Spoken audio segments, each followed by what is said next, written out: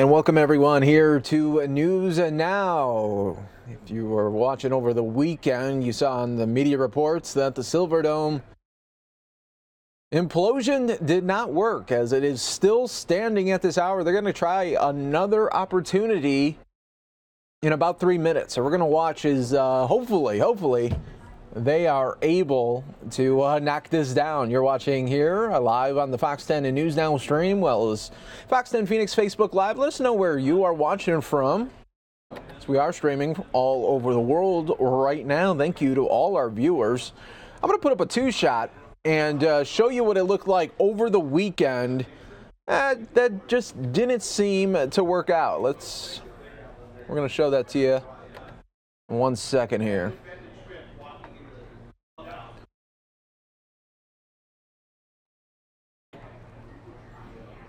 Okay, bottom right will be from over the weekend that didn't work. Take a look.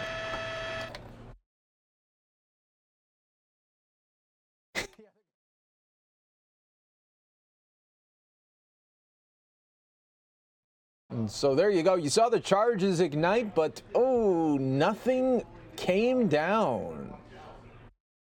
So that's what it looked like over the weekend. They're going to give it another shot here at the top of the hour. We'll have it for you live right here on the News Now stream.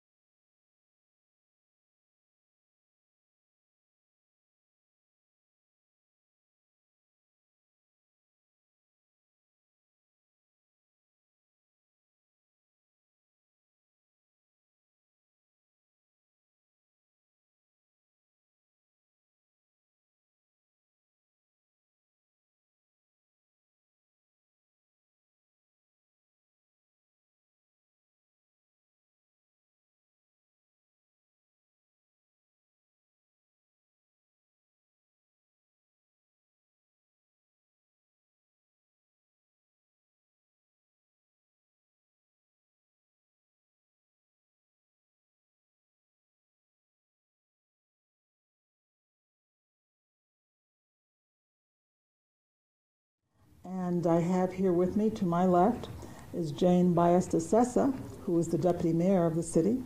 And to my right is Rachel Loughran, who is the Economic and Community Development Director of the city. We are here this afternoon on the day after, the day that was to be the start of the Silverdome demolition which is still going to occur. But as you well know by now, it didn't go off yesterday, at least from a demolition contractor standpoint, the way it had been advertised. And so some of you had questions about what were the next steps. So just to recoup, we are here today on the fact that many of you still had questions. This made interesting news. And we were here because we had been in contact with a demolition contractor, a contractor known as Adamo Group. And they had contacted me this morning to say that they were meeting and that they would have an update and would be here to report that this afternoon. Since talking with them, and this is late breaking news as I'm looking at my cell phone, we have been in contact with the owner's representative from the Silverdome. And as you know, the Silverdome is now owned by Triple Properties, a Canadian-based company that has been in ownership of the Silverdome property ever since it was auctioned to them by the emergency manager, Fred Lieb, some years ago. And both of the president of the Adamo Group, Rick Adamo, as well as the vice president, Rick Cupertelli, tell me just about 5 minutes ago that the owner had put a gag order on them to discuss the further steps, and so they would not be here at this press conference. So I will proceed with what I do know, kind of recoup what the current situation is, and then allow you to ask questions. And after that, we will refer any questions that I can't answer to directly to the Adamo Group or to the representatives of the owners, the Apostolopoulos family. So to begin, I will read for you a revised press statement that was issued yesterday afternoon. This was done by myself and dated December 3rd, 2017. It begins, "It was great to see so many people who came out to witness what was expected to be a partial implosion of the upper metal ring of the Silverdome as the start of an estimated 9 to 12-month process of demolition. The camaraderie among the former Detroit Lions players, business leaders, government officials, as well as many residents sharing their memories of the Silverdome was exciting to see. This demolition is being planned and executed by the Adamo Group, the demolition contractor that was hired and will be paid for by Triple Properties, the Silverdome owners. The December 3rd start date was part of a consent judgment from a lawsuit that was brought by the city to ensure that the owners would timely demolish the vacated Silverdome. Although we're waiting for a final assessment from the Adamo Group, we have been informed by them that 8 shape charges did not go off on the main columns. Only the kicker charges detonated, causing the implosion not to be completed as planned. The Adamo Group will provide next steps for the continuing demolition of the Pontiac Silverdome. When the demolition is resumed and completed, development of this valuable property will be one of the economic opportunities that are marking a new era for the city of Pontiac." Now that was issued yesterday.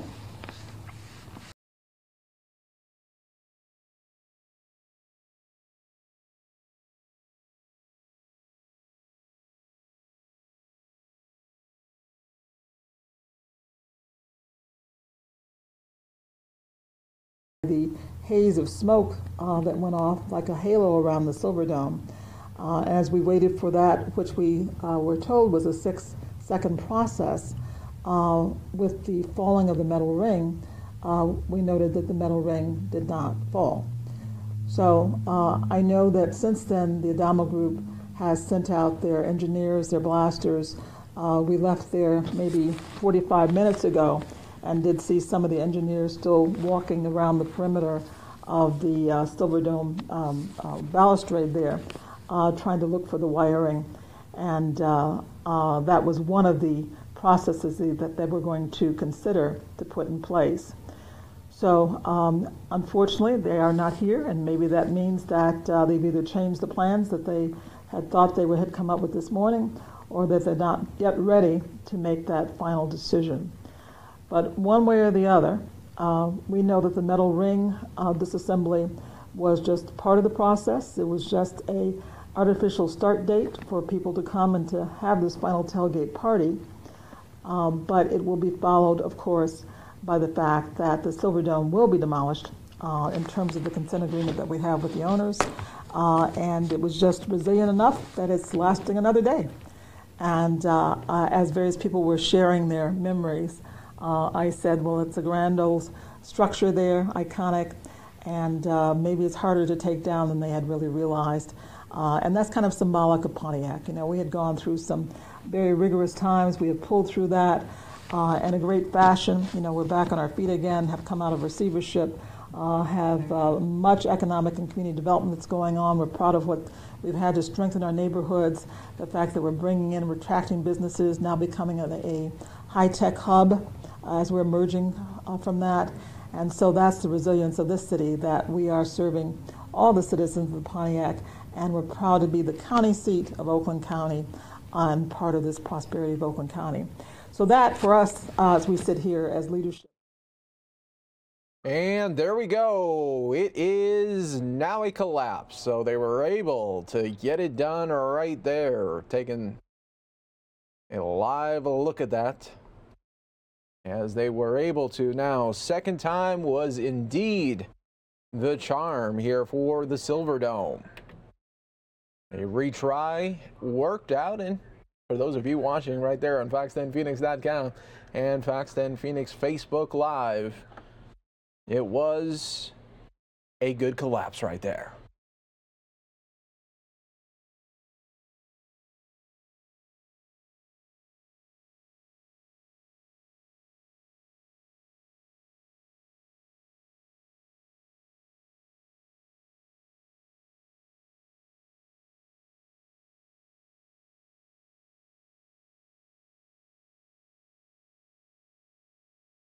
There you go. As the dust settles there, what they wanted to do is have a partial collapse. They wanted to knock down the top section of that Silverdome, and it was a success.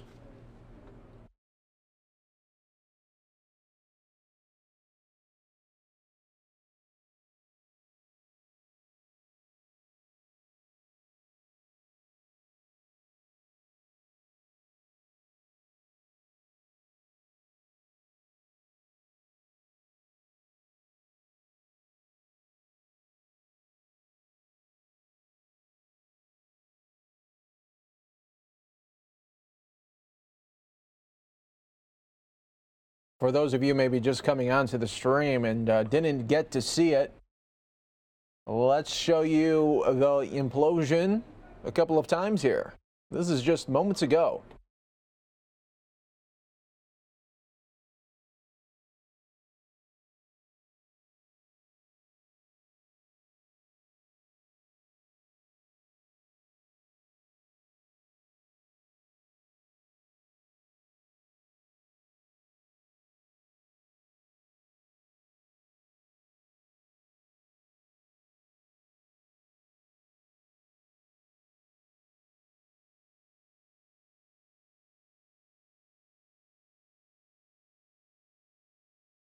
All right, I'm taking you back out live here at the Pontiac Silverdome, which what once was Pontiac Silverdome. Taking you a live look here of that partial collapse. That's what they wanted to do, is knock down that second tier, that second level.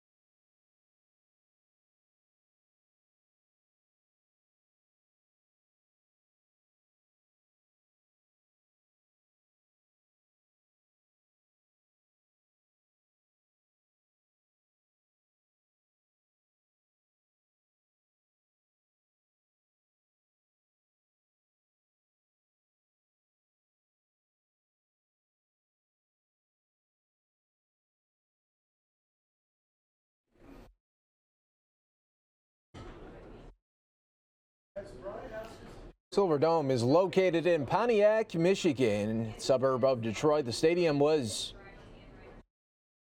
demolished for, well, the second time was the charm on today. It opened in 1975 and sat on 127 acres of land. When the stadium opened, it featured a fiberglass fabric roof held up by air pressure.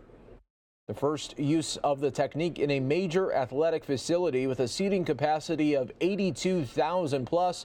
It was the largest stadium in the National Football League until FedEx Field, with a 91,000 capacity in suburban Washington, D.C., opened back in 1997. It was primarily the home of the Detroit Lions of the NFL from 1975 to 2001, and was also home to the Detroit Pistons of the NBA from 1978 to 1988. In addition, the Silverdome was also served as the home venue for the Detroit Express of the North American Soccer League and the Michigan Panthers of the United States Football League, as well as two college bowl games, the Cherry Bowl and the Motor City Bowl.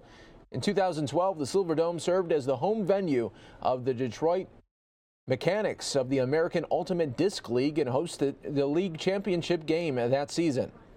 The stadium was a regular concert venue and hosted a number of athletic and non-athletic events, including WrestleMania 3, with an attendance of over 93,000 people, and was also early round games of the 1994 FIFA World Cup. Also hosted the 1979 NBA All-Star Game. After the opening of Ford Field back in 2002, the stadium was left without a permanent tenant. It was first closed in 2006, but after multiple attempts to solicit redevelopment plans, the city sold the stadium at auction in 2009 for only $550,000, less than a tenth of the cost to build the dome. It reopened in 2010 and hosted several events, but closed again by 2013. The roof was destroyed by a winter storm in 2013 and has since been seen in pieces around the inside of the stadium. Owners auctioned the stadium's contents back in 2014 with no future development through June 2015. This year, the Silverdome was condemned and prepared for demolition. As we all know, an attempt to partially implode the stadium occurred just yesterday, but was hindered by the failure of multiple charges to detonate. And today, we did see the stadium successfully demolished there on that top tier. The idea of a major sports complex was part of a dream of C. Don Davidson, a Pontiac, Michigan native and star high school athlete. Davidson, upon graduating from Pontiac Central High School in 1947 and completing active duty with the U.S. Marine Corps, attended North Carolina State University on a football scholarship. After earning a master's degree in urban planning and architecture, Davidson began his career as an architect and was recognized for several government and city projects throughout the South, including Florida's Jacksonville International Airport. He returned to Pontiac in 1965 and was shocked to see the deterioration of the city of Pontiac and its lack of future plans. Davidson embarked upon what would eventually become an obsession for him to see his beloved city succeed. From 1965 to 1966, he was hired as a professor of architecture and urban planning at the University of Detroit under the direction of Bruno Leon. As part of an ongoing comprehensive study by his architecture class on urban renewal for the city of Pontiac, Davidson met with various city and state authorities, including William Clay Ford, owner of the Detroit Lions, to discuss the possibility of a new stadium. And it also made it a college class project to find a suitable site for the new stadium, and even started his own weekly newspaper known as the Pontiac Times. As much controversy and sparring with Detroit city officials, Pontiac was chosen over several other sites, including the Michigan Fairgrounds, Walled Lake, and the Detroit riverfront as the best place for construction of what would become known as the Pontiac Silverdome. Already having a stadium concept as part of his master plan for the city, Davidson was interviewed and ultimately hired as chief project designer for the stadium project. Initial designs included a dual stadium complex for both football and baseball, potentially housing the Detroit Tigers. That was later scrapped due to high costs. Davidson was pleased to see a part of his vision for the city of Pontiac accomplished in the building of the 80,000-seat sports complex. Completed in 1975 as the Pontiac Metropolitan Stadium at a cost of $55 million, the Silverdome seated 80,000 people. It contained 102 luxury suites and 7,300 club seats.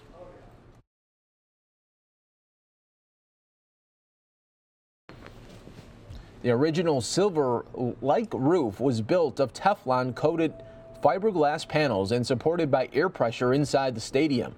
Although the roof has always been white in color as viewed with the naked eye, the stadium obtained the name Silverdome due to a silver-like reflection caused by the sun, mainly noticed from the sky. The roof was replaced by a new canvas fabric reinforced by steel girders after a strong snowstorm back in March of 1985. The 1985 repairs were needed by a collapse of the original 1975 roof around noon on March 4th, 1985. The largest crowd to ever gather at the Silverdome was back on September 18th, 1987 for Mass with Pope John Paul II, with a reported attendance of 93,682, just shading the record of 93,173 set at the Silverdome in 1987 for WrestleMania 3. Another notable audience attendance record had earlier been broken on April 30th of 1977 when the English rock band Led Zeppelin played in front of 76,000 fans at the Silverdome.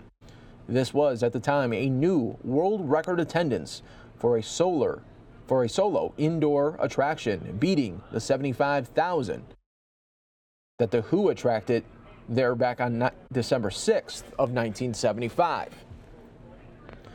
And the Detroit Pistons also set numerous NBA attendance records during their time at the Silverdome. Regular season, 61,000 versus Boston back in January of 1988. And for the playoffs, 41,000 versus the LA Lakers in 1988.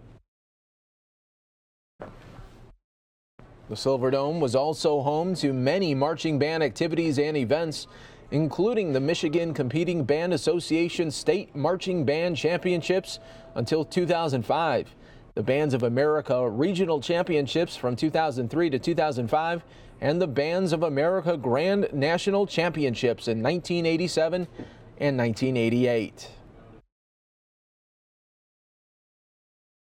The Lions moved to Ford Field at the beginning of the 2002 NFL season when the World Hockey Association tried to reintroduce itself. The new WHA Detroit team was slated to play its home games at the Silverdome. Plans were also mooted for a Windsor-based Canadian Football League team, which could have used the dome for possible playoff games, but that team also did not materialize.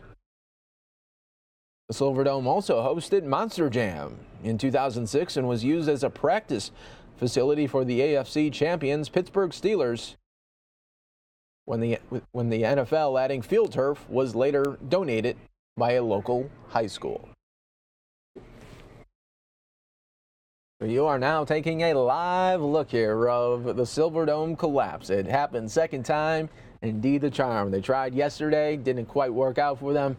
They got what they needed to do today, destroy that second tier and drop it on down there.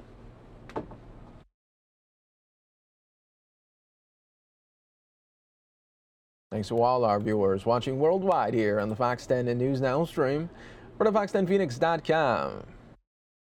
Let us know where you are watching from. We appreciate you.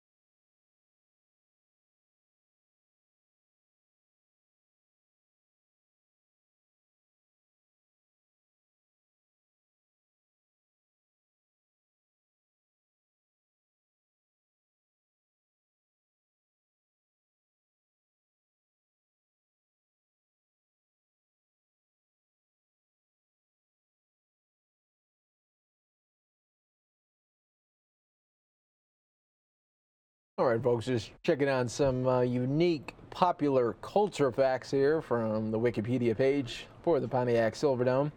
On November 25th, 1997, in a season 7 episode of Home Improvement, Tim Allen manages to black out the entire stadium during the Detroit Lions' annual Thanksgiving Day game. Silverdome also appears in Transformers: The Last Night, the 5th installment in the Paramount film franchise. Crews began filming back on June 20th of 2016 and shot in the area for about 8 weeks. The movie was released in theaters this year of June.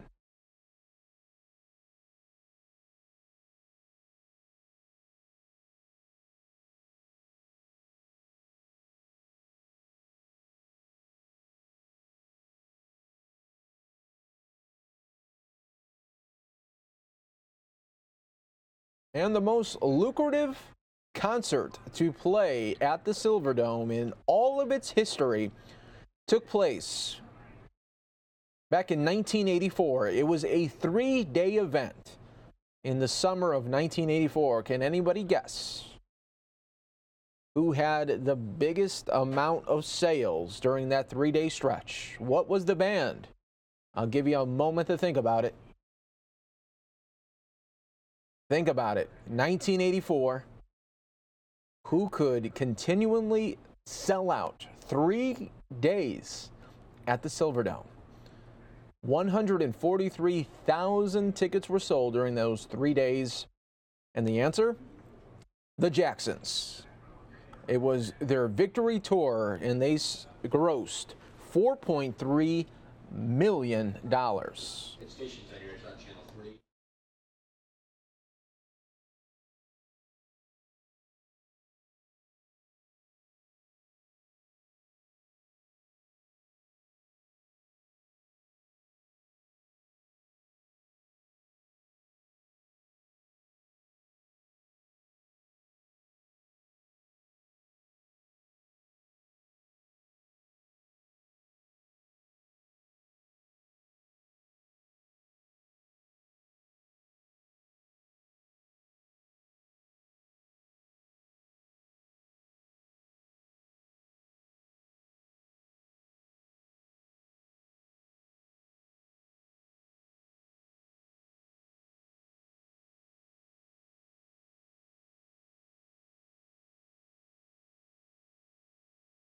All right, now we told you the band that got the biggest draw. Let's tell you about the band that had the least revenue generated here at the Silverdome. And this was back in 1979.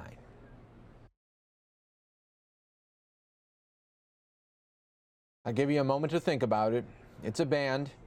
It only generated $453,000 for the evening. Now, I say only. That's still a lot of money. I know. But only 36,000 tickets were sold when a place like this could hit up close to 75,000, 80,000 at max here. And the least revenue generated band back in 1979, folks, was the Bee Gees. Bee Gees. They had a supporting act of Sweet Inspirations. This was the Spirits Having Flown tour, generating $453,375, making it the least in revenue.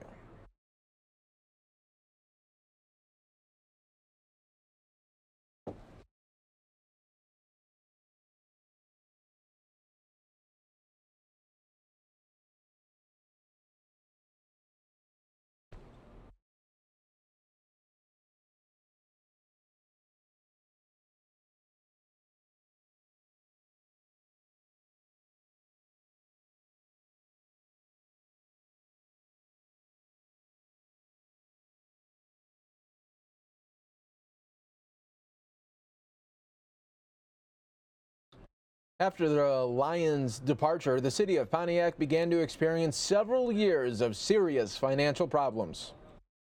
And due to the continued high maintenance cost of the structure, it made several unsuccessful attempts to sell the stadium. In early 2008, United Assurance Company made the highest purchase offer to date with a bid of $18 million to convert the Silverdome into a Hollywood-style entertainment complex, following an earlier bid of $12 million by an attorney. However, the city announced in October of 2009 that the property would go to auction with no minimum bid and that zoning regulations would be relaxed for any buyer in order to spark development. The city engaged the firm of Williams & Williams to conduct the auction in November of 2009. After reading about the auction in a newspaper, Greek-born Canadian real estate developer and CEO of the Toronto-based Triple Properties Incorporated submitted a winning bid of, get this, $550,000. Real estate fees of 6% raised the price to $583,000. The sale of the Silverdome, completed in 1975 at a cost of $55.7 million, approximately $225 in 2012 dollars, and also sold in 2009 for $583,000, was viewed by many as a symbol of the collapse of real estate prices in the Detroit metropolitan area, though many local leaders and residents claim the sale was brought about due to the incompetence of city management and their not having a vision of future plans for the stadium and surrounding area.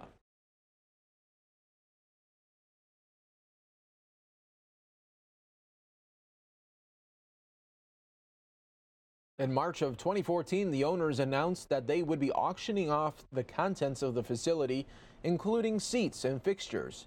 Afterwards, in October of 2015, it was announced that the Silverdome would be demolished in the spring of 2016, and the area would be part of an Oakland County, Michigan mixed-use development. Demolition was then scheduled for December 3rd, 2017. We all know what happened. We all know what happened yesterday.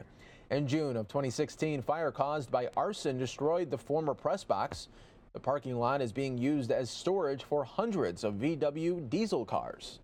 And the dome owner and the city were in conflict over the condition of the dome.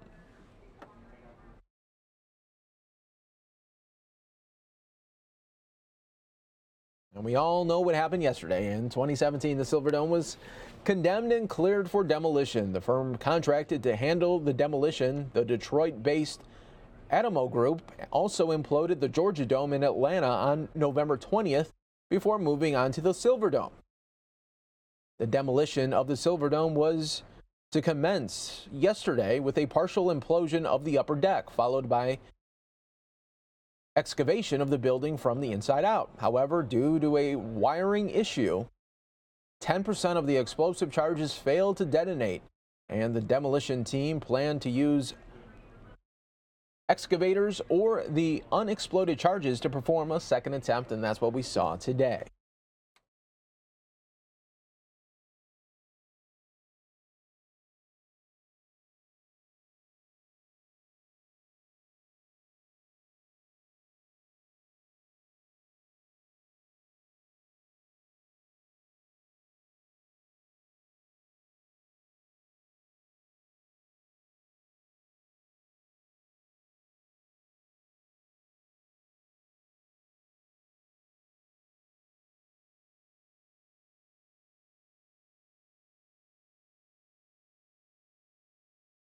And for those of you maybe just coming onto the stream and didn't get to see that collapse happen today, and let's show this to you about 20 minutes ago.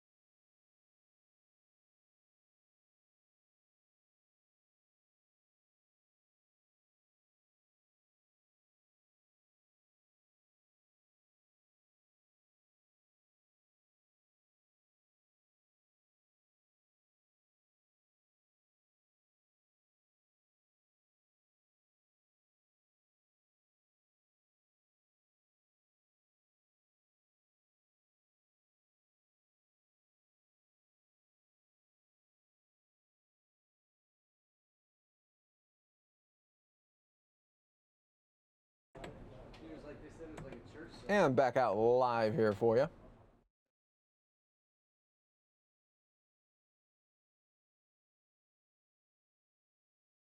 Well, it looks like helicopter might be leaving there, but this is from moments ago.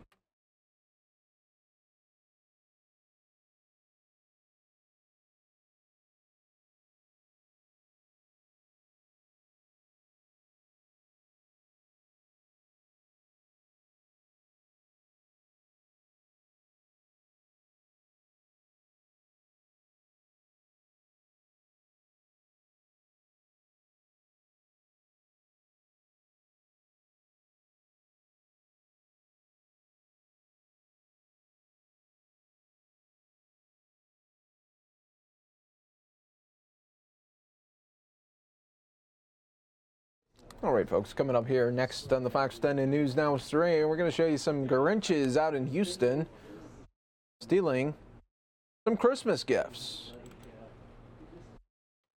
Very happy to bring the message of safe shopping to the public. Our partnership is made up of loss prevention representatives from H-E-B, Randall's, Fiesta Mart, Kroger, Target, Walmart, Walgreens, CVS, and Wingreen Realty. We've worked with HPD over the last several years to educate our shoppers about crime prevention and to promote safe shopping experiences at this time of year when there's increased shopping. Thank you. Okay, and then can we, is there anybody else speaking? Oh, that's it. The greater, did you already say your comments here? Okay, very good. Let me just now circle back real quick in Spanish. Lo que están viendo aquí es algo que es un poco cómico, pero lo que no es cómico, que es todos los años, específicamente en el tiempo de las Navidades, tenemos muchos rateros que están buscando personas que no están prestando atención, que están de compra y dejan sus paquetes ahí, o una persona puede romperlo o abrir la puerta y llevarse sus paquetes. Cuando están en la gasolinera, muchas veces, okay, hold on a second. Sit them down.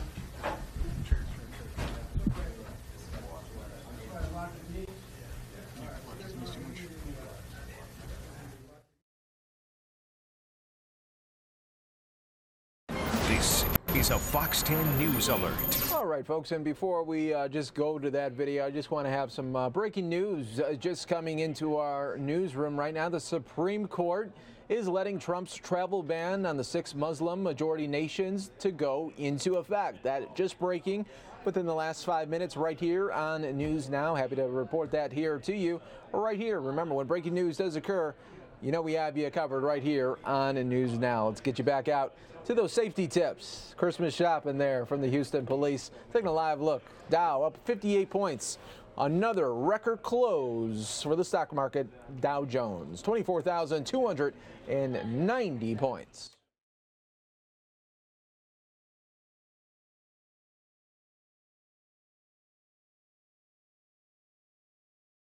Does that make sense to everybody?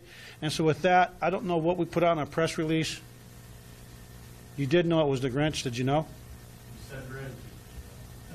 You kind of look a little bit like. Let me see your hands. Put your hands where I can see them. So with that, we're just going to open up to any questions. I really want to thank the Gary Houston Loss Prevention Alliance for their partnership. It's a long-term partnership, and I love the fact that they're trying to combat this issue because, you know, we all pay a price for these crooks, and it's also a quality of life issue. With that, I'll open up to any questions. Yes, sir. You mentioned obviously this is a joke, but it's a very serious issue. Well, this is a dramatization. I wouldn't call it a joke. It is a creative dramatization of what we see.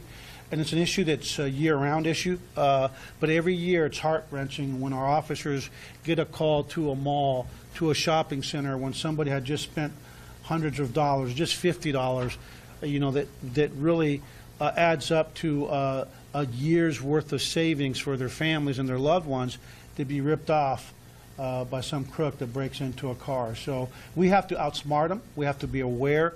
We have to be safe. And I think that the way you do that is, again, try to put all your packages in the car at one time. Then instead of going to another location shopping with your car full of Christmas gifts or whatever else you have, make a quick trip home, put your stuff away in your home, and then go back and make another trip to a shopping center. What else?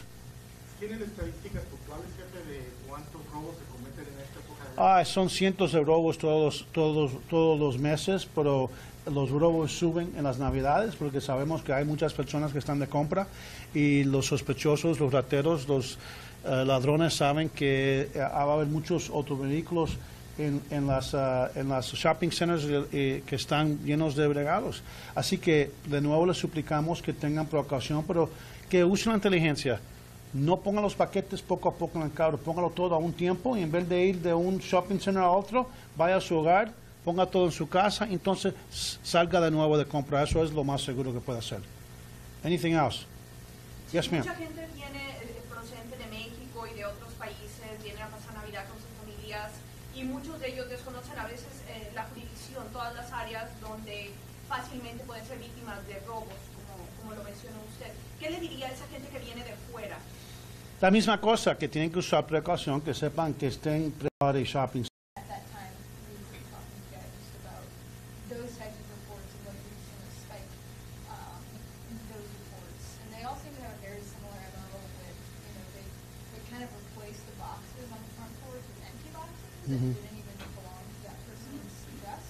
That's when you're expecting packages at home. There are a lot of stay-at-home folks that work out of the home. There are a lot of folks, neighbors actually stay home. There are a lot of retired folks. That's why I think neighbor knowing neighbor. We do our National Night Out every year where we encourage everybody to come out and meet their neighbors. Is to have a neighbor look out for your package. If I'm expecting a package, I actually tell my neighbors. I'm fortunate that I've got stay-home neighbors in just about every house in my block. And I actually let them know, hey, I'm expecting a package, and I ask them to actually collect my package and hold it for me if I'm not home. So I think that part of what you can do to keep your packages safe is is having a neighborhood where people know each other, trust each other, help each other, and watch out for each other. There's nothing like a good, nosy, helpful neighbor, and I'm glad that I've got very nosy neighbors, very helpful neighbors, and neighbors that we don't just share an address, we share a common purpose, and that's to keep our neighborhood safe. Go ahead. Chief, I'd like to just invite everybody. Of course, Angela and Jody had asked, and we'll put it out to the media, but I'd like to have the media show up to our presentation this Wednesday at 10:30 in the morning. We're going to be at the Target here in the Heights area, and all these fine officers will be out, along with all the members of the Greater Houston Loss Prevention Alliance will be out in force, and I have a feeling that we're actually going to catch the Grinch this Wednesday at 10:30. So I'd like to invite all of the cameras out to film this, and also the officers will be out doing inspecting the cars in the parking lot for people that leave things in their cars. So the officers will be out doing little report cards to the public, just kind of reminding everybody not to leave anything. And of course, we will find cars that will have stuff left behind. So this would be a great opportunity to show this with all the stations and to promote this. Thank you. Question? Got a question? Yes, sir. There was a smash and grab at the Memorial City Mall over the weekend. Is there any additional information on that? I'm sure maybe the chief can follow up with that. Now, we're actually looking at surveillance videos, and we hope to have that out sometime. This is a Fox 10 News Alert. All right, folks, if you're just joining us here on the News Now stream, Supreme Court is allowing the Trump administration to fully enforce a ban on travel to the United States by residents of 6 mostly Muslim countries. The justices of the Supreme Court say in an order that just came down moments ago this afternoon that the policy can take full effect even as legal challenges against it make their way through the courts.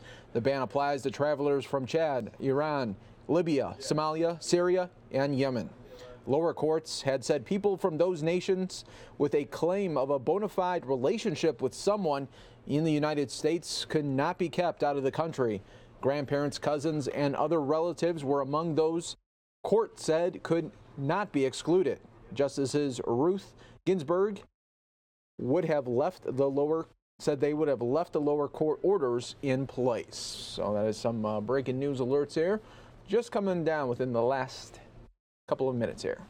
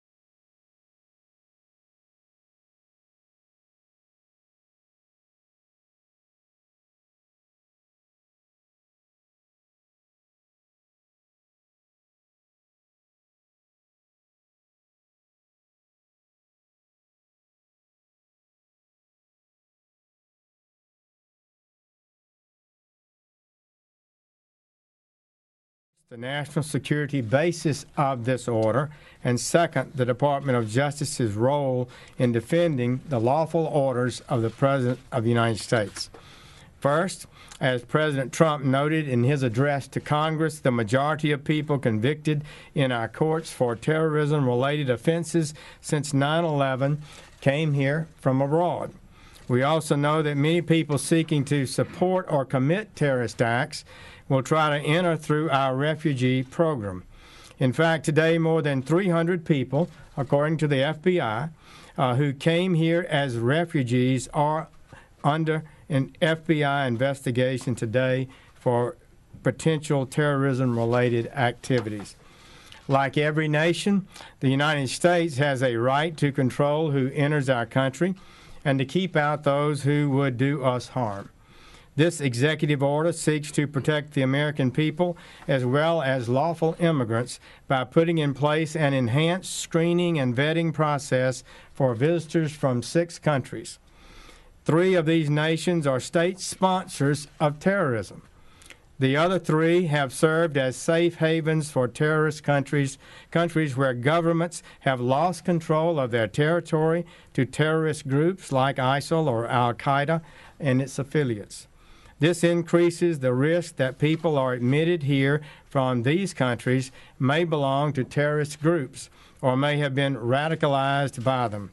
We cannot compromise our nation's security by allowing visitors entry when their own governments are unable or unwilling to provide the information we need to vet them responsibly, or when those governments actively support terrorism.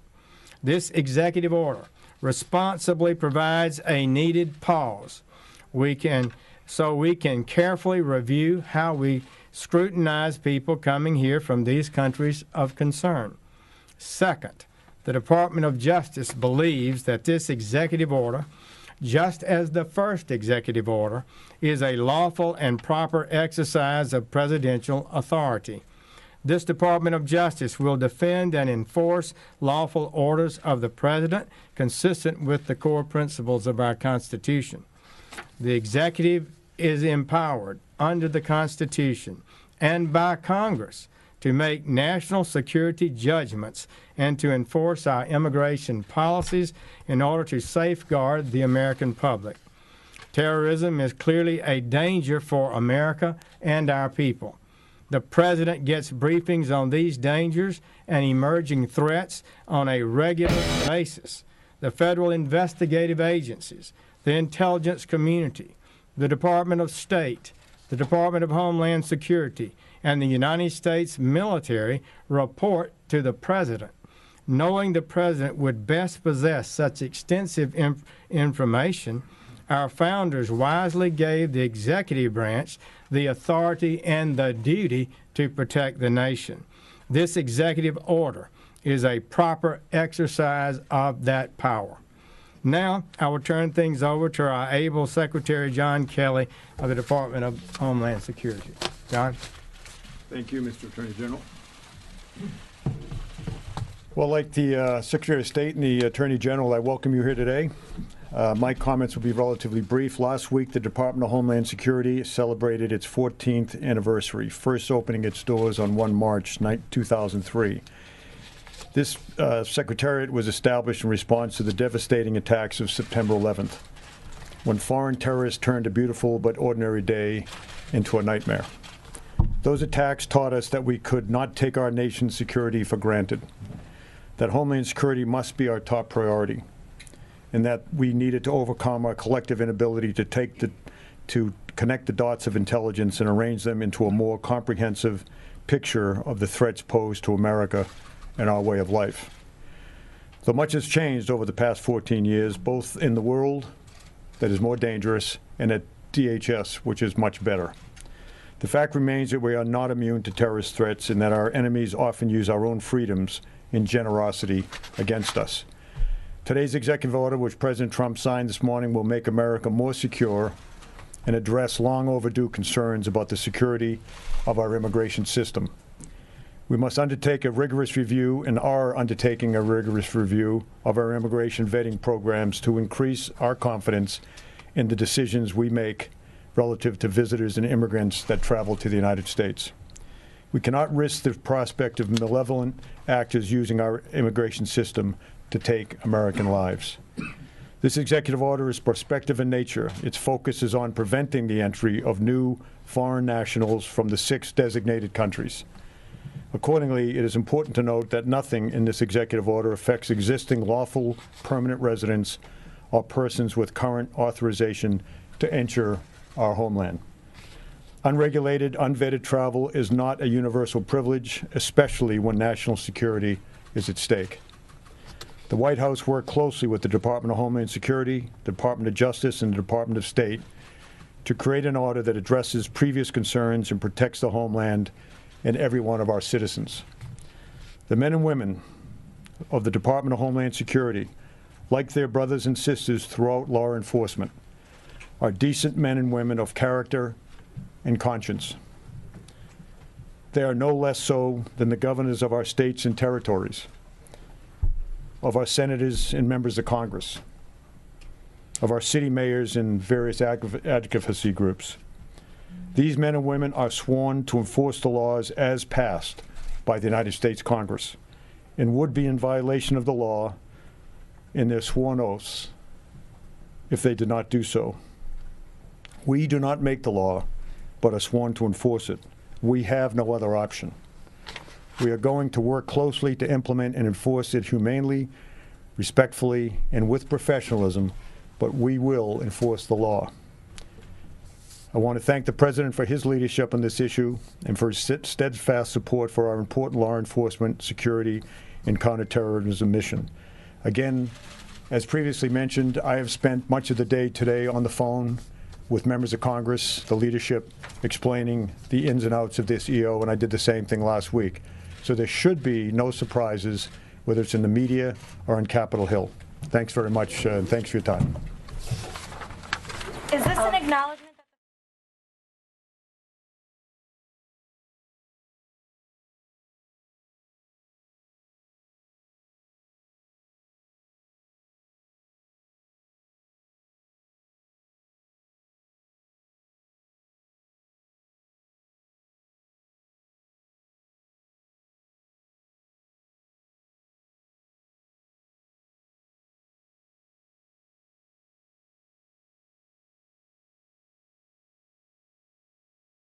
To our immigration policy in half a century.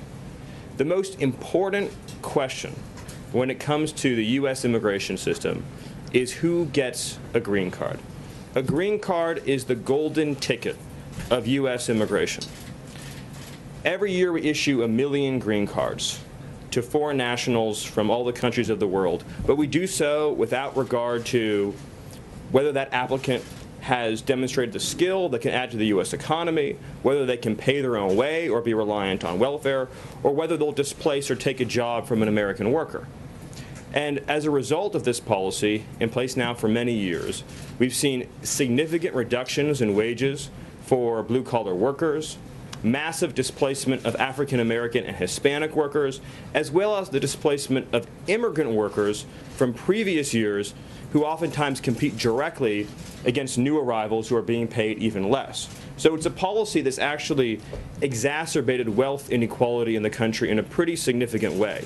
So you've seen over time, as a result of this historic flow of unskilled immigration, a shift in wealth from the working class to wealthier corporations and businesses. And it's been very unfair for American workers, but especially for immigrant workers, African American workers, and Hispanic workers, and blue-collar workers in general across the country.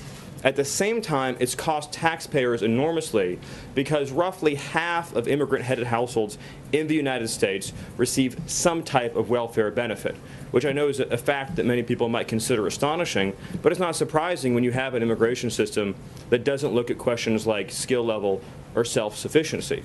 And so this proposal has several major historic changes. First, it eliminates so-called chain migration.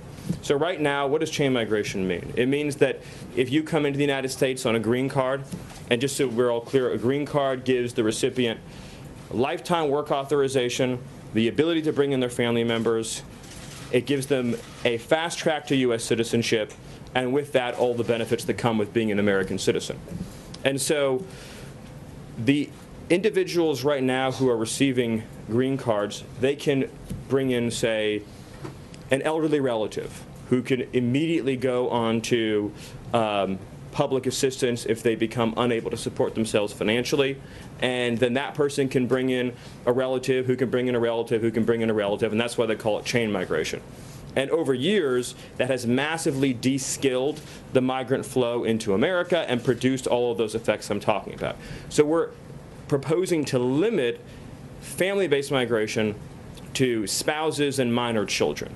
Additionally, we're establishing a new entry system that's points-based. Australia has a points-based system. Canada has a points-based system. And what will this system look at? It will look at, does the applicant speak English? Can they support themselves and their families financially? Do they have a skill that will add to the U.S. economy? Are they being paid a high wage? The last part's very important because it will help prevent displacement of U.S. workers. So if a company, let's say, they're offering 3 times the median wage, that person will get more points on their application than if they're being offered 2 times the median wage or 1 times the median wage. So all of a sudden, you're putting upward pressure on wages instead of downward pressure, and you're making it very hard to use immigrant labor to substitute for American workers, because by prioritizing higher paid workers, you basically end the practice, more or less, of being able to seek out permanent residents to come in at lower pay. And so that's a major historic change to U.S. immigration policy.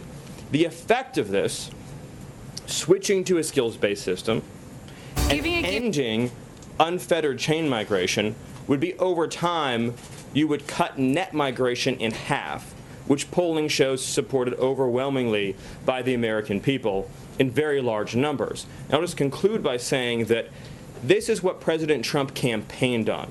He talked about it throughout the campaign, throughout the transition, and since coming into office. This is a major promise to the American people to push for merit-based immigration reform that protects U.S. workers, protects U.S. taxpayers, and protects the U.S. economy, and that prioritizes the needs of our own citizens, our own residents, and our own workers. It's pro-American immigration reform that the American people want, that the American people deserve, and that puts the needs of the working class ahead of the investor class. So with that, I would gladly take a few questions. Thank you, Stephen. You talk about the president's agenda and wanting to implement it, but obviously if this doesn't become law, it won't be implemented, and there's already resistance in Congress, specifically from Republicans, even the day that you're rolling out this plan. How do you plan to overcome that? Where are the compromise points for the president and this White House? It's been my experience in the legislative process that there's 2 kinds of proposals. There's proposals that can only succeed in the dark of night, and proposals that can only succeed in the light of day. This is the latter of those 2. The more that we as a country have a national conversation about what kind of immigration system we want and to whom we want to give green cards to, the more unstoppable the momentum for something like this becomes. There's room for change. And for public support is so immense on this, and we just look at the polling data in many key battleground states across the country, that over time you're going to see massive public push for this kind of legislation, because immigration affects every aspect of our lives. It affects our schools, our hospitals, our working conditions, our labor market, our tax base, our communities, and it's a deeply personal issue for Americans. And so you're going to see massive public support for this. And ultimately, members of Congress will have a choice to make. They can either vote with the interests of U.S. citizens and U.S. workers, or they can vote against their interests. And whatever happens as a result of that, I think, would be somewhat predictable. Let me go to John, and then we'll move back. How do you wedge this into an already jam-packed legislative calendar? Well, ultimately, we're going to have conversations with Senate leadership and House leadership about the steps forward. But this is an issue that we campaigned on, the American people voted for by electing Donald J. Trump as their president, and that is of enormous importance to the American economy because, again, we're protecting blue-collar workers and we're bringing in workers who can add to the economy. And so I really think this is a really historic moment that happened today. Again, the biggest proposed change that would take place in 50 years at a time in which you have automation that is replacing a lot of jobs in the United States. You have American workers without high school diplomas who have very low participation rates in the labor force. And then you're bringing in workers to compete directly against the workers who are either losing their jobs to automation or who can't find work because there's not enough jobs for workers in our own country without education. And so particularly, I mean, go to an American city that has labor force problems, wherever that may be, say Detroit.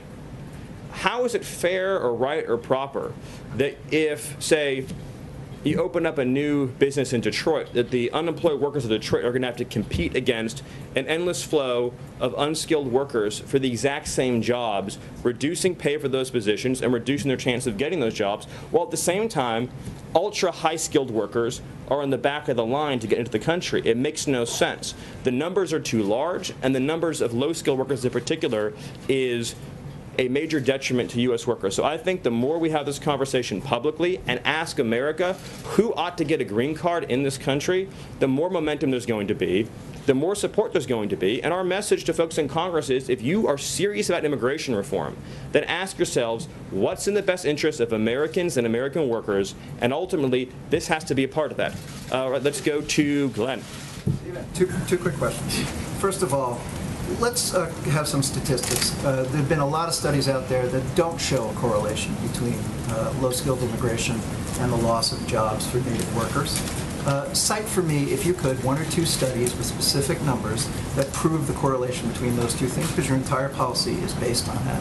And secondly, I had sources that told me about a month ago that you guys have sort of elbowed infrastructure out of the way to get immigration on the legislative queue. Tell me why this is more important than infrastructure.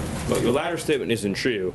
I think the most recent study I would point to is the study from George Borjas that he just did about the Mariel boat lift. And he went back and re-examined and opened up the old data and talked about how it actually did reduce wages for workers who were living there at the time. And Borjas has, of course, done enormous amounts of research on this, as has the Peter Kirsanow on the U.S. Civil Rights Commission, as has Steve Camarada at the Center for Immigration Studies, and so on and so on. Sciences, engineering, and medicine. Right, and their recent study said that as much as $300 billion a year may be lost as a result of our current immigration system in terms of folks drawing more public benefits than they're paying in. But let's also use common sense here, folks. At the end of the day, why do special interests want to bring in more low-skilled workers, and why historically... I'm not asking for common sense. I'm asking for specific... Well, I think it's very clear, Glenn, that you're not asking for common sense. But if I could just answer... If I could just answer your question, I named the studies, Glenn. Glenn, I named the studies. I asked you for a statistic. Can you tell me how many? Maybe we'll make a carve-out in the bill that says the New York Times can hire all the low-skilled, less-paid workers they want from other countries, and see how you feel then about low-wage substitution. This is a reality that's happening in our country. Maybe it's time we had compassion, Glenn, for American workers. President Trump has met with American workers who've been replaced by foreign workers, and ask them how this has affected their lives. Look at, I just told you. Low-skilled jobs that Americans might otherwise have. Why? If you look first of all, if you look at the premise, Glenn, of bringing in low-skilled labor, it's based on the idea that there's a labor shortage for lower-skilled jobs. There isn't. The number of people living in the United States in the working ages who aren't working today is at a record high. 1 in 4 Americans, or almost 1 in 4 Americans between the ages of 25 and 54 aren't even employed. For African American workers, their labor force participation rate who don't have a high school diploma, I guess African American males without a high school diploma, has plummeted some 40 percentage points since the mass wave of unskilled migration began. The reality is that if you just use common sense, and yes, I will use common sense, the reason why some companies want to bring in more unskilled labor is because they know that it drives down wages and reduces labor costs. Our question as a government is, to whom is our duty? Our duty is to U.S. citizens and U.S. workers to promote rising wages for them. If low-skilled immigration was an unalloyed good for the economy, then why have we been growing at 1.5% for the last 17 years at a time of unprecedented new low-wage arrivals? It's just the facts speak for themselves. At some point, we're accountable to reality. And on the other hand, like I said, you have ultra high-skilled workers who are at the back of the line, which makes no sense in the year 2017. Neil, let me go to you. Now targeting African-American male. You just brought up the African-American male stats. You're now targeting the black unemployment rate that is traditionally and historically higher than the average American. Is that what you're looking at? There's no doubt, and I'll go to Neil, but there's no doubt, and it's very, very sad and very unfair, that immigration policy, both legal and illegal, over the last several decades, has a deleterious impact on African-American employment in general, and certainly African-American males, and it's been quite tragic, and we as a country have to have a conversation about that. Neil? Okay, so thanks very much. So one of the arguments made against this bill is that large-scale immigration will increase the total number of jobs. Senator Graham, for example, said he wants more immigration to bring in more restaurant jobs, more resort jobs, bed cleaning jobs, and such like. Is it better for this country to have more jobs or higher wages and higher productivity for Americans? Well, I think at the end of the day, President Trump's been clear that he's a pro-high wage president. He ran as a pro-high wage candidate, and that's what this policy will accomplish. At the same time, to the point about economic growth, we're constantly told that unskilled immigration boosts the economy. But again, if you look at the last 17 years, we just know from reality that's not true. And if you look at wages, you can see the effects there. If you look at the labor force, you can see the effects there. And so again, we're ending unskilled chain migration, but we're also making sure that the great inventors of the world, the great scientists of the world, the people who have the next great piece of technology can come into the United States and compete in a competitive application process, a points-based system that makes sense in the year 2017. All right, let me go to you. Two questions. One, you did personalize it with the New York Times, so normally this wouldn't be a question, but will the Trump organization stop bringing in foreign workers on visa programs to set an example for other businesses in the interim before this bill becomes law? Well, as you know, the only way to have immigration policy work is it has to be national, it has to be uniform. You can't have different rules and different procedures for different companies. This bill, of course, doesn't deal with guest workers and temporary non-immigrant visas, which is, I think, what you're asking about, and that's a separate thing. But the president was clear, if you go back and look at his debate on this during the primary, where he said, as a businessman, my responsibility is to operate my business according to the laws of the United States as they exist. He said, as president, my responsibility is to pass laws that make sure we have an immigration system that prioritizes American workers. He said that throughout the campaign, and he said it as a candidate, and he said it now. But just as a technical matter, you're talking about a different aspect of the immigration system. Today we're talking about the green card system, but it's a good question. Let me move on over there. My second question. Just hold on a sec. Thank you, Stephen. Just to take the question in another direction, USA Today and others have shown that over the last 7 years there's been a negative flow of immigration across the southern border. And of course, unemployment is at perhaps a 10-year low right now. So will there be enough workers in the Southwest states if this policy were to go into effect? Well, yeah, so I think we're talking about different things, and I appreciate the question. Net migration overall has been at a record pace. You're talking, I think, just about some questions about net migration illegally across the southern border. Correct. We're talking today about green card policy. Every year we issue 1 million more green cards. And it just keeps adding on every year after year after year. And so the supply of foreign labor is at a record high. I think the foreign-born population right now is 45 million. I think there's 25 million foreign workers in the United States. All right, right there. Yep. Thank you, Stephen. Two questions for you. First, does the Trump administration plan to defend the DACA program if Texas and 8 other states bring a lawsuit challenging it in court? Well, we are not going to make an announcement on that today because there is ongoing litigation, and DOJ and DHS are reviewing that. But I will say that whatever we do is going to prioritize the interests of American citizens and workers. Stephen, Zoe Daniel from Australian Broadcasting. You've talked about the Australian policy. Can you speak more specifically about what the administration likes and also how that extends into things like family sponsorship? You mentioned bringing in elderly relatives, for example, who might not be productive, yet in Australia adult children can sponsor their parents to immigrate. So which elements of the policy are you choosing that you might like to use? So we looked at the Australian system, the Canadian system. We took things we liked. We added things that made sense for America and where we are as a country right now. One of the things I think is most compelling about the Australian system is the efforts to make sure that immigrants are financially self-sufficient. and make sure they're able to pay for their own health care and things of that nature. And that's certainly one of the things we took from that. And obviously, the points-based system that Canada has a lot to recommend it. And we took that and we added things that were all new to it, and they're released today, and that make sure that we have a highly competitive application process. Look, there's 7 billion people in the world.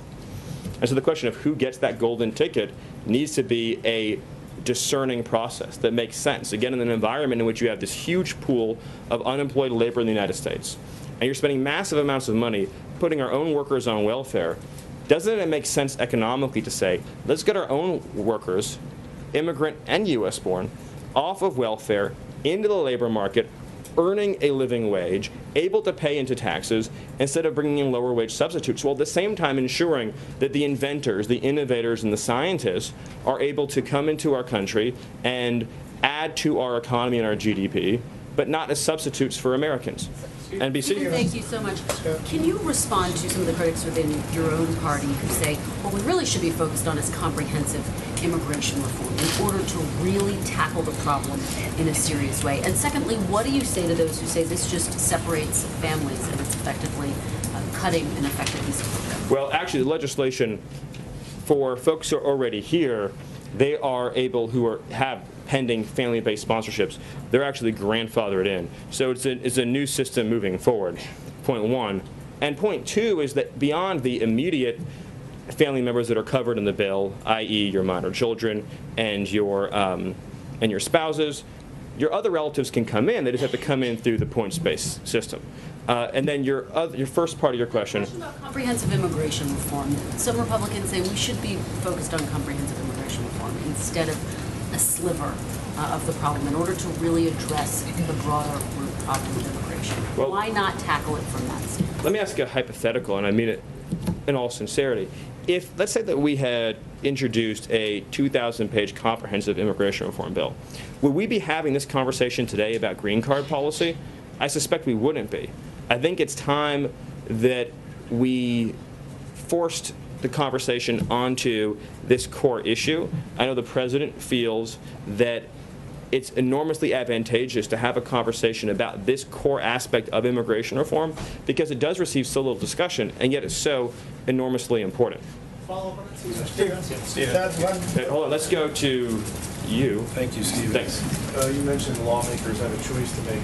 Is President Trump going to make this a campaign issue next year?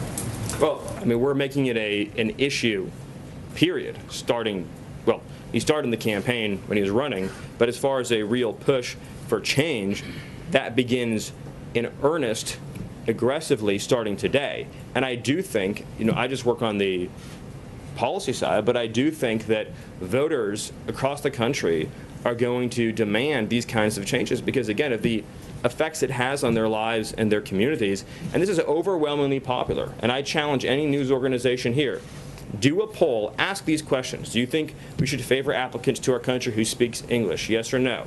Do you think that we should make sure that workers who come into our country don't displace existing American workers? Do you think people who come into our country should receive welfare or be financially self-sufficient? Do you think we should prioritize people based on skill? Do you think that we should reduce overall net migration? Do you think we should have unlimited family chain migration? You ask any of these questions, look at the polls, look at the results you'll get in your own news organizations, and they'll be very clear. Which elements of the policy first, following the nose question regarding the president's talked a lot about immigration reform that's been held up in the past. He has the power today to take personal action on this by changing the way his Trump properties are allowed and others, bringing in unskilled foreign workers, displacing, as you talked about, the large numbers of Americans who are looking for work in these states. So is the president planning on taking that action? And secondly, does this signal that the White House does not believe that any sort of comprehensive action on immigration is possible with this Congress, and immigration needs to be tackled in a peaceful fashion going forward? Do you think that we should make sure that workers who come into our technical matter, you're talking about non-immigrant guest worker visas, and this legislation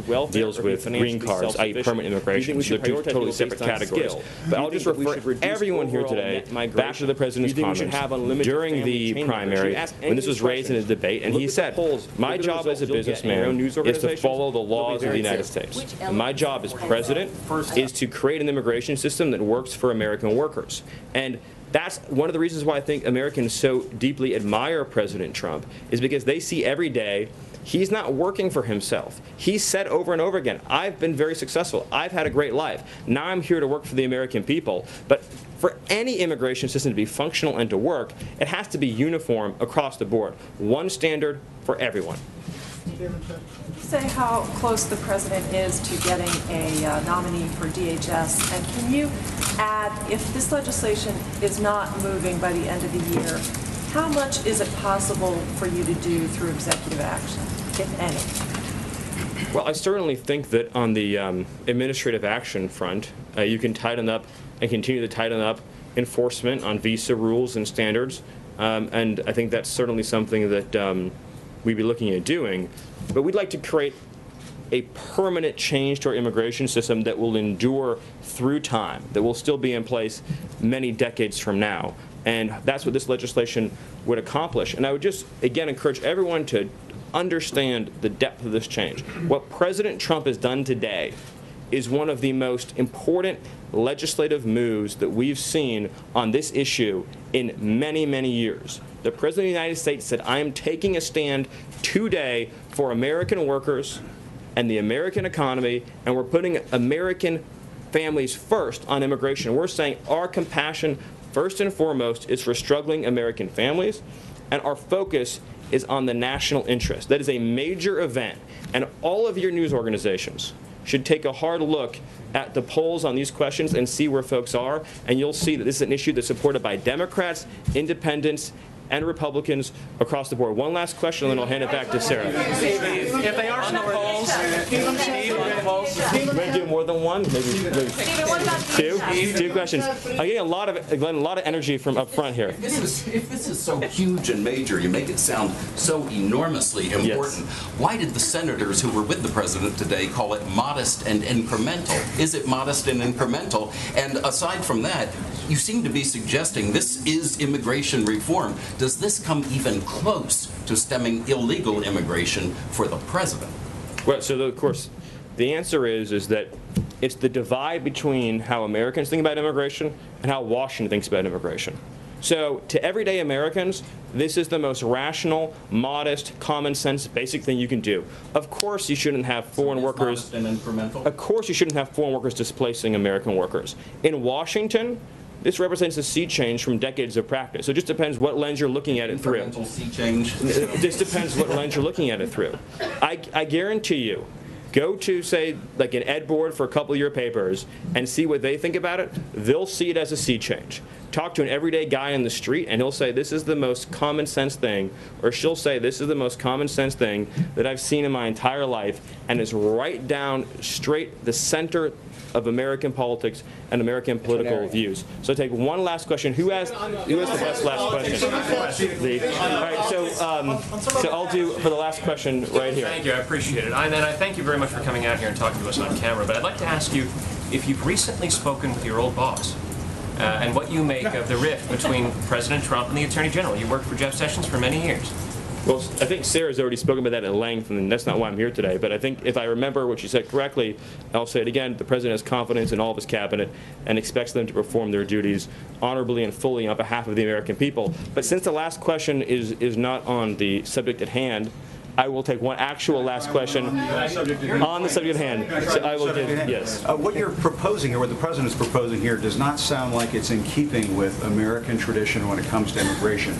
The Statue of Liberty says, give me your tired, your poor, your huddled masses, yearning to breathe free. It doesn't say anything about speaking English or being able to be a computer programmer. Aren't you trying to change what it means to be an immigrant coming into this country? If you're telling them you have to speak English, can't people learn how to speak English when they get here? Well, first of all, right now, it's a requirement that to be naturalized, you have to speak English. So the notion that speaking English wouldn't be a part of our immigration systems would be actually very ahistorical. Secondly, I don't want to get off into a whole thing about history here, but the Statue of Liberty is a symbol of liberty enlightening the world. It's a symbol of American liberty lighting the world. The poem that you're referring to that was added later is not actually part of the original Statue of Liberty, but more fundamentally, the history, but more fundamentally, you're saying the that history. That does not represent. I'm saying that the notion. I'm saying the notion that the. I'm saying the notion. I'm sorry. No, Jim, let me ask you a question. That sounds like some national park revisionism. No, what I'm asking you is... The Statue of Liberty has always been let me ask you a question. of hope to the world for people to send do you believe, people to this country, and they're not always going to speak English, Stephen. They're not always going to be highly skilled. They're not always going to be... Jim, I appreciate your speech. Jim, I appreciate your speech, so let's talk about this. It was a modest... Jim, let's talk about this. In 1970, when we let in 300,000 people a year, was that violating or not violating the Statue of Liberty law of the land? In the 1990s, when it was 500,000 a year, was it violating or not violating the Statue of Liberty law of the land? Talk to an everyday guy in the street. When it was 700,000 a year, no, tell me what years meet Jim Acosta's definition of the Statue of Liberty, home law of the land. So you're saying 1 million a year is the Statue of Liberty number. 900,000 violates it, 800,000 violates it. You're sort of bringing a press one for English philosophy here to immigration, and that's never what the United States is about. But your statement's also shockingly ahistorical in another respect too, which is if you look at the history of immigration, it's actually ebbed and flowed. We've had periods of very large waves, followed by periods of less immigration and more immigration, and during we've had period of immigration right now. It wants to build. It's actually bring about a sweeping change to surely, Jim, you don't actually think that a wall affects green card policy. You couldn't possibly believe that, do you?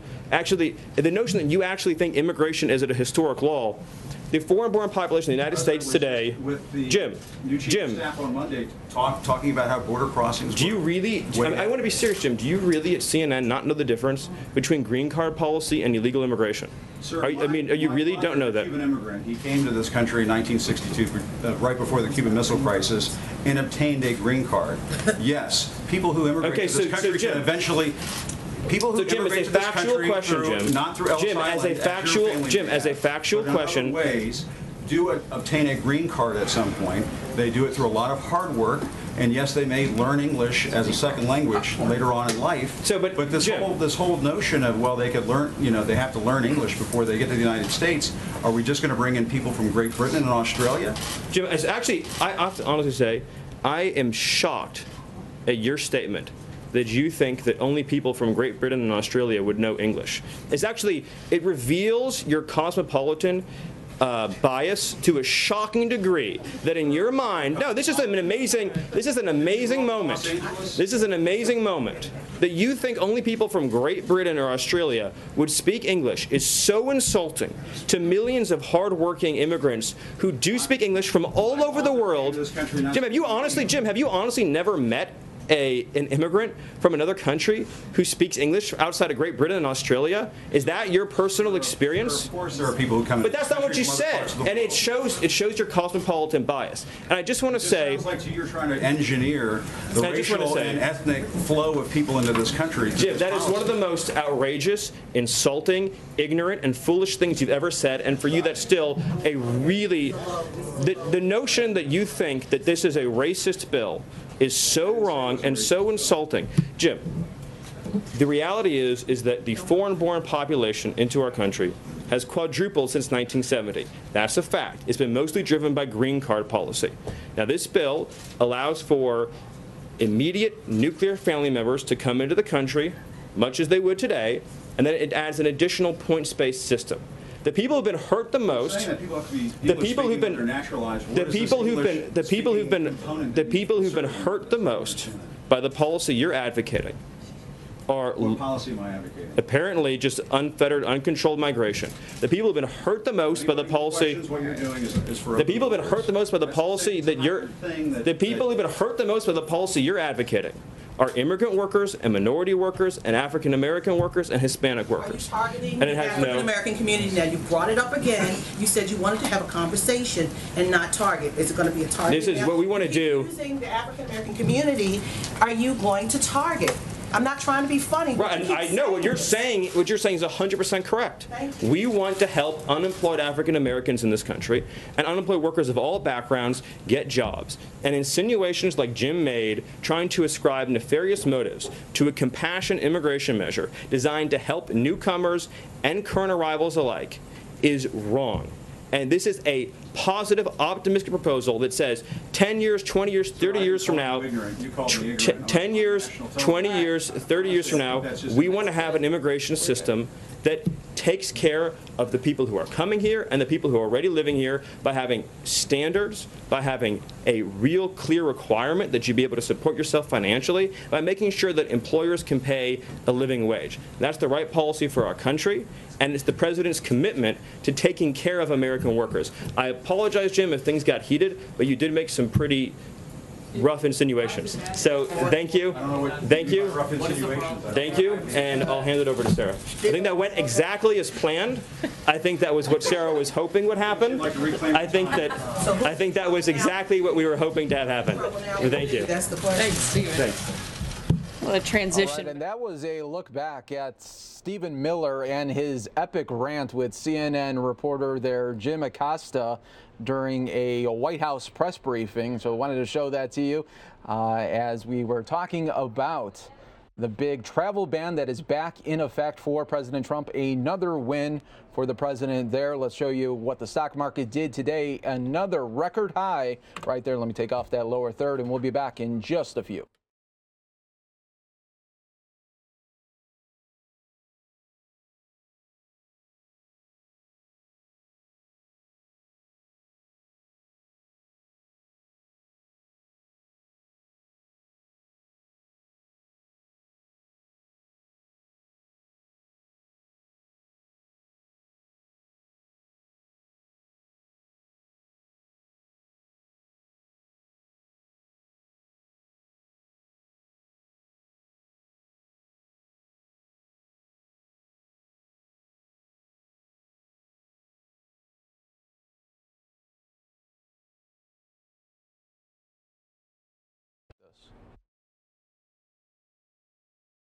But it only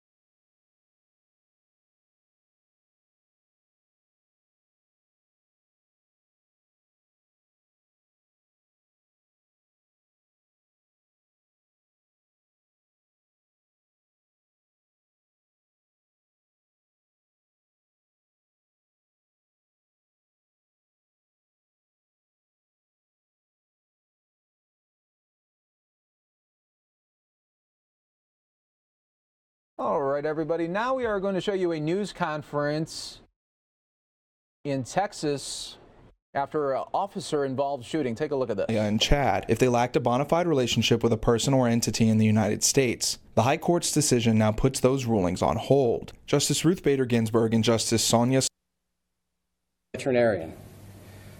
I want to thank all of the agencies in the area that came in and assisted us during this event. Galveston Police Department, Galveston County Sheriff's Office, Department of Public Safety, and Texas City Police Department. They were instrumental in helping us conduct the investigation as well as provide police assistance during this due to our units being tied up. I have Sheriff Henry Trocheset with me as well as Pastor James Daniels. So at this point, I would like I'll open it up to any questions that anyone has. Chief, when you said that the officer and the K-9 were injured, where did those injuries come from? Was it the swinging of the sword or a scuffle?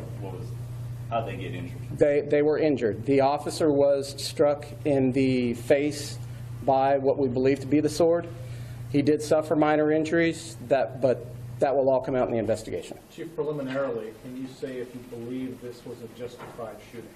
I'm going to wait until the Sheriff's Office conducts the investigation before I make a comment on that. Can you say if your officer has told you he felt his life was in danger? I haven't spoken with the officer about the incident. Has there ever been an officer-involved fatal shooting or officer-involved shooting within recent years within Lamar PD? No, not within recent years, no.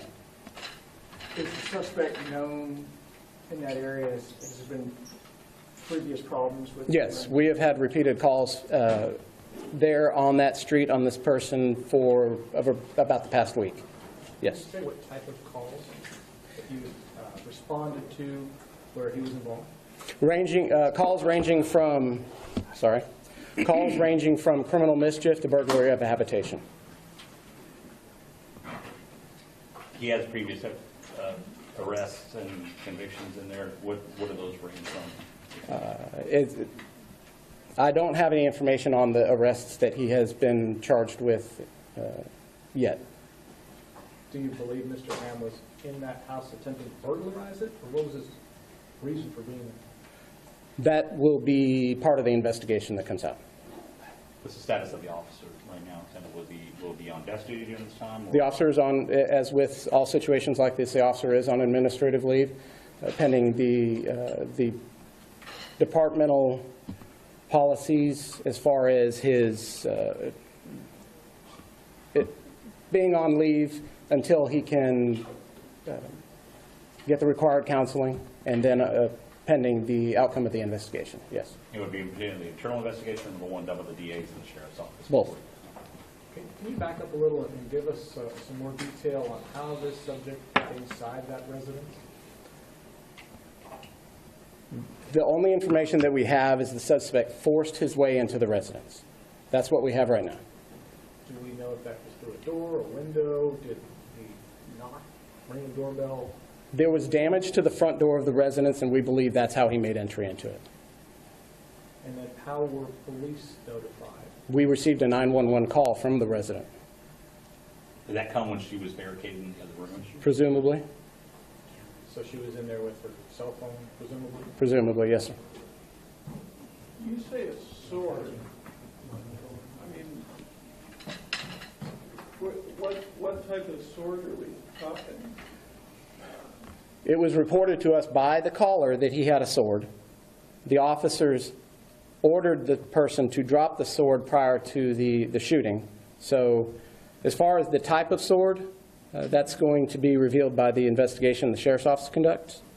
But the officers were told he had a sword, or the dispatcher was told by the caller that the person had a sword and that the sword was seen by the officers. Can you describe it in any detail? I cannot. I cannot. Did the officer enter his home when he went over there to comprehend, to address? It's unknown whether it was the person's home that he was in or if it was just an abandoned structure.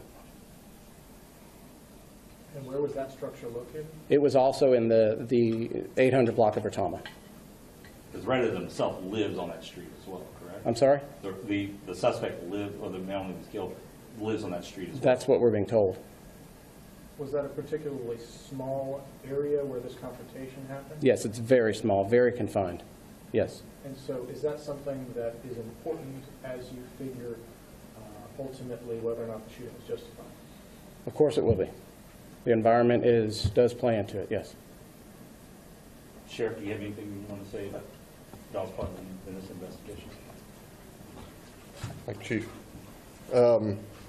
It is an ongoing investigation, and the employee from the Lamar Police Department did have a body cam activated, and we've got the footage of that. It's being reviewed, and like I said, it is an ongoing investigation.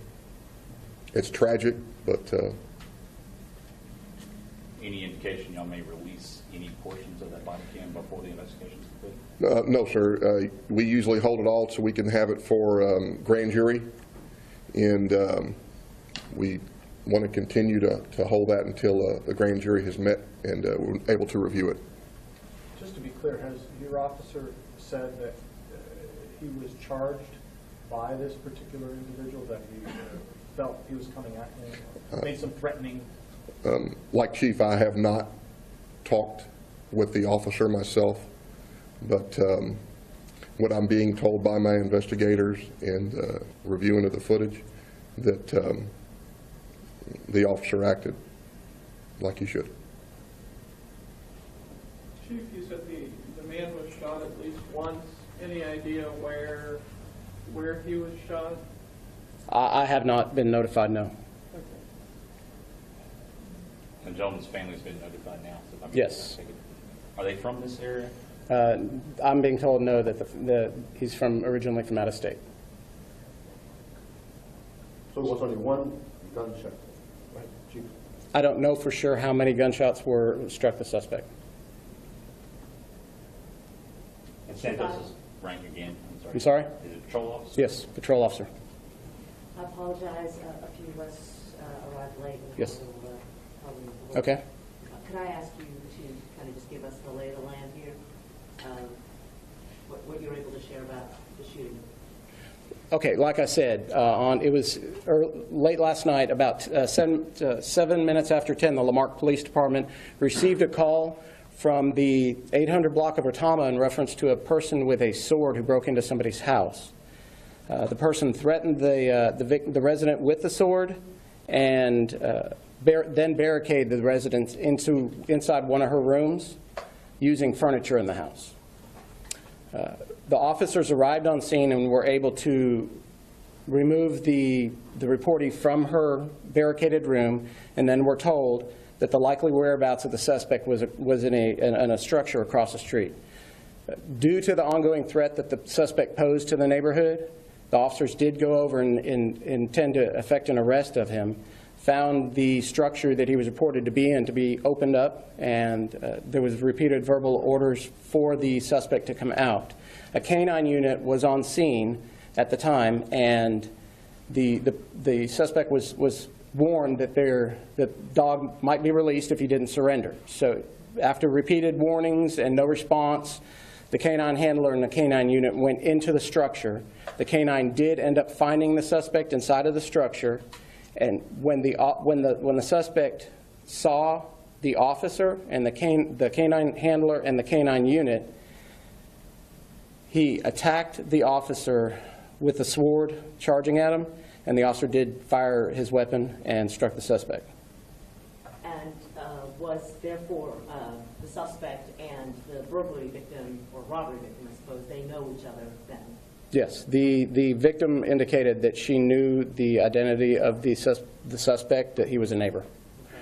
And did they have some previous history, some ongoing issues? Over the past week, there had been repeated calls for service over at in that area pertaining to this person's behavior. From this woman, from the same Yes. victim? Yes. Okay. And what were the nature of those calls for service? As I said, it was ranging from criminal mischief to burglary of a habitation. And do you have the identity then of the man who was shot? Yes, I'm sorry. His name is Gregory Ray Ham. He's 62 years old. Approximate age of the victim? 55. Just double checking, I think we have it as 67. You're sure it's 62? That's what I'm getting from my information. It may be 67. I'll verify that. Okay. And on Officer Santos, he is the canine handler? Yes, Officer Santos is a canine handler. Is he also the officer who discharged the weapon? Yes. Okay. Is the name of the officer, do we release his name? Yes, his name is Officer Jose Santos. How long was he in? Officer Santos has been with the Lamarck Police Department since October of 2014, but he's been a police officer since June of 2010. Chief, can you clarify? We've got some folks here asking, as you're talking on social media, asking about the sequence of events. If the dog was dispatched first, Stabenow and White House.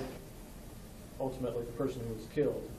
Did he get away from the dog, or did this just happen in such close encounters that he was then able to attack the officer as well? It was very close quarters. The engagement was in a very tightly confined space, yes. Is Mr.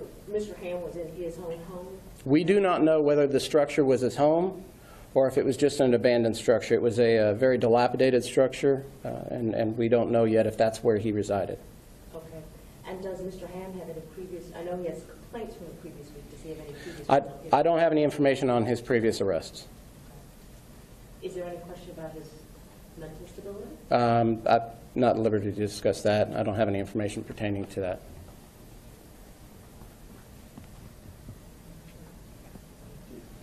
Okay. Thank you very much, everybody. I'm sorry, Chief.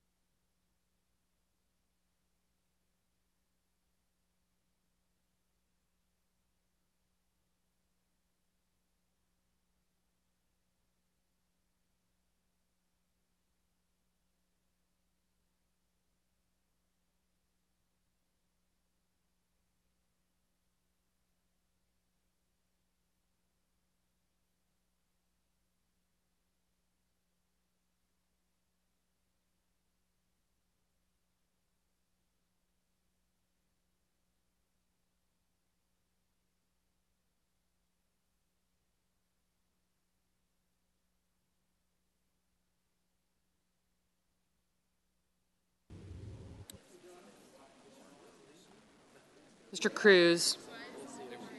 Aye.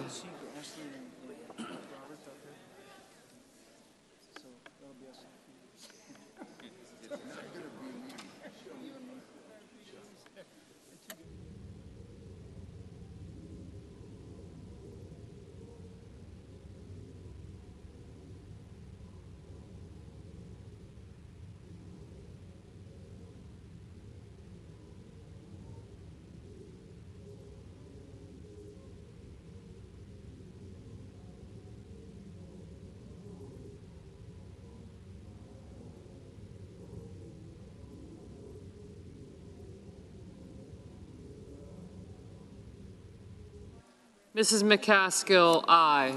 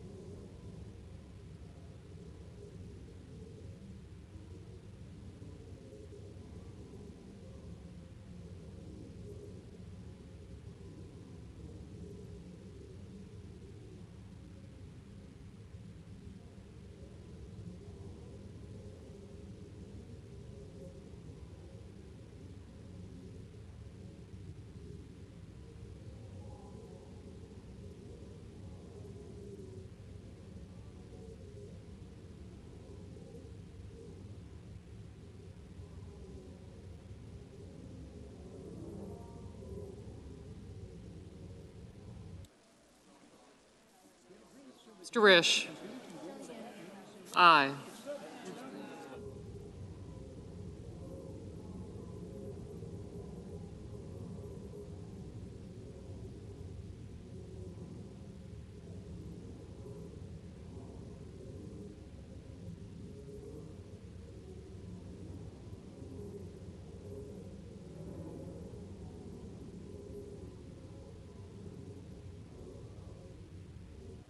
Mr. Rubio? Aye.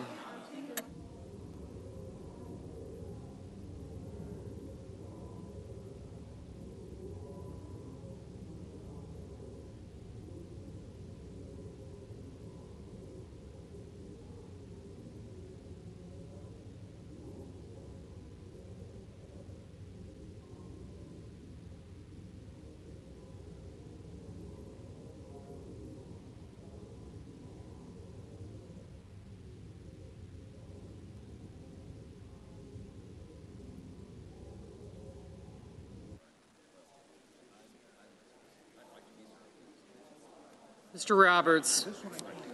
Aye. Mr. Perdue? Aye.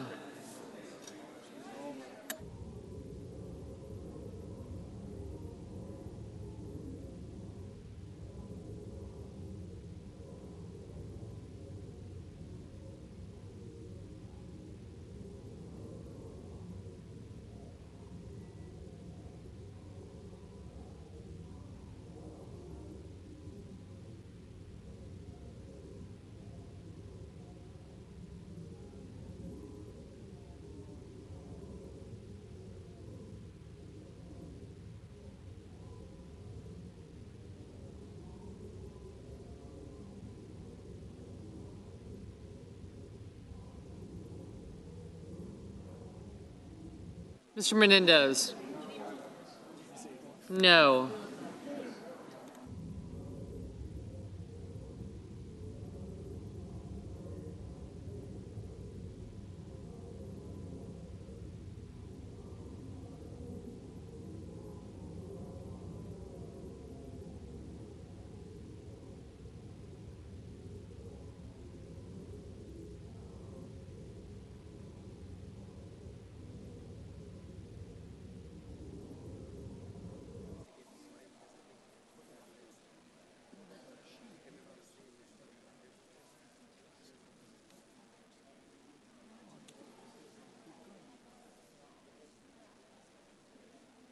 Mr. Enzi? Aye.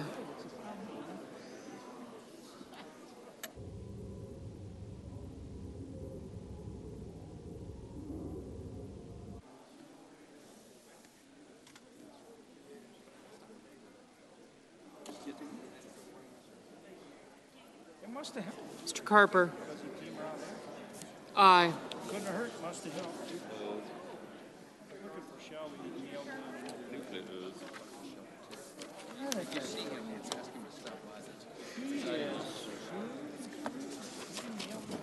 Ms. Hirono, no. Can I get one copy of that, please?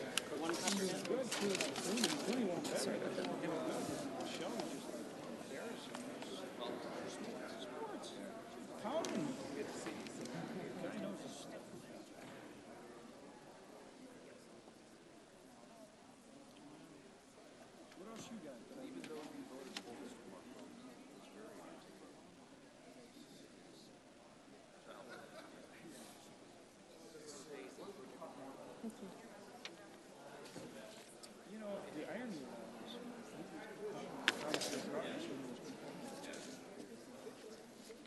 all right, thank you. Oops, sorry.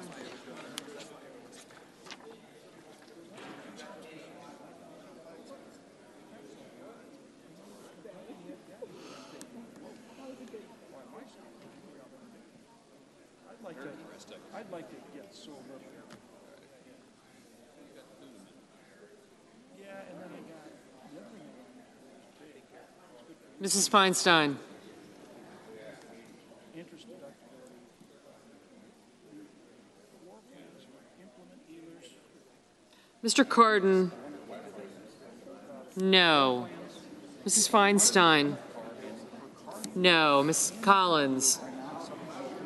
Aye.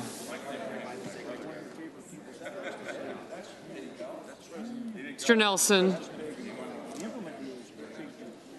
Aye. Mr. Alexander. Aye. Mr. King. Aye. Mr. Toomey. Aye. Mr. Scott. Aye. Mr. Casey. No. Ms. Harris.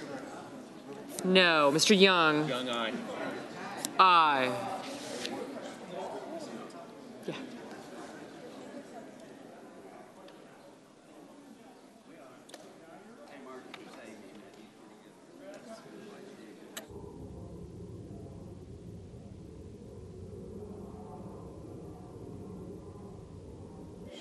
Mr. Blumenthal, no.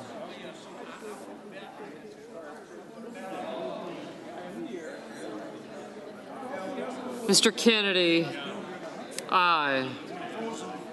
Mr. Shelby, aye.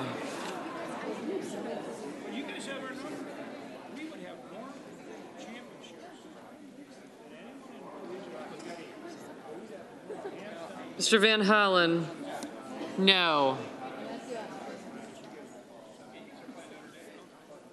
Mr. Bozeman, aye. Mrs. Fisher, aye. Mr. Barrasso, aye. You're our nemesis.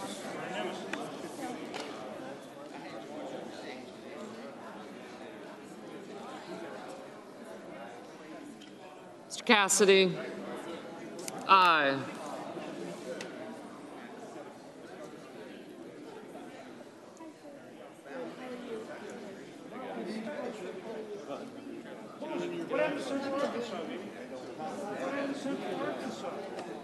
Mr. Bennett? No. Mr. Heller? Aye. Ms. Cortez Masto? No. Mr. Gardner? Aye. Sorry. Yeah.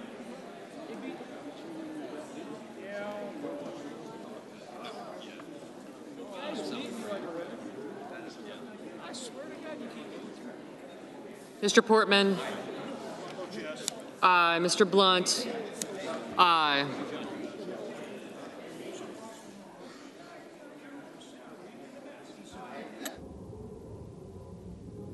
Mrs. Gillibrand? No.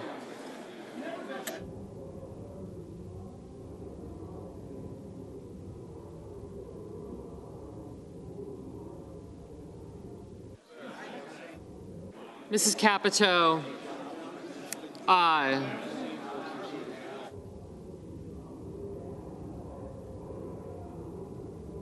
Mr. Cornyn. Aye.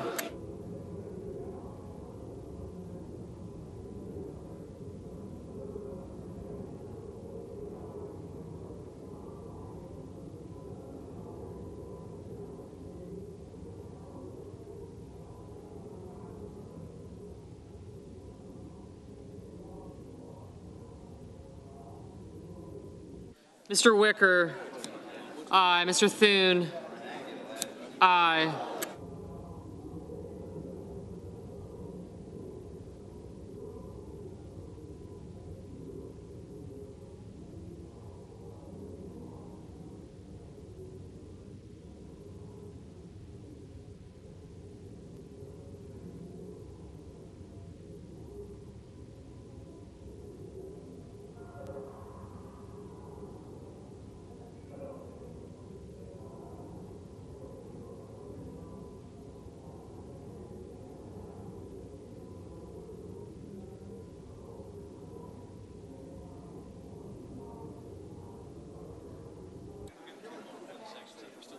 Ms. Hassan. No. Mrs. Shaheen. All right, folks, that's all the time that we have for you on the News Now today. For the very latest, always head on over to fox10phoenix.com. We'll be back with much more news and top headlines of the day tomorrow. Thanks for joining us.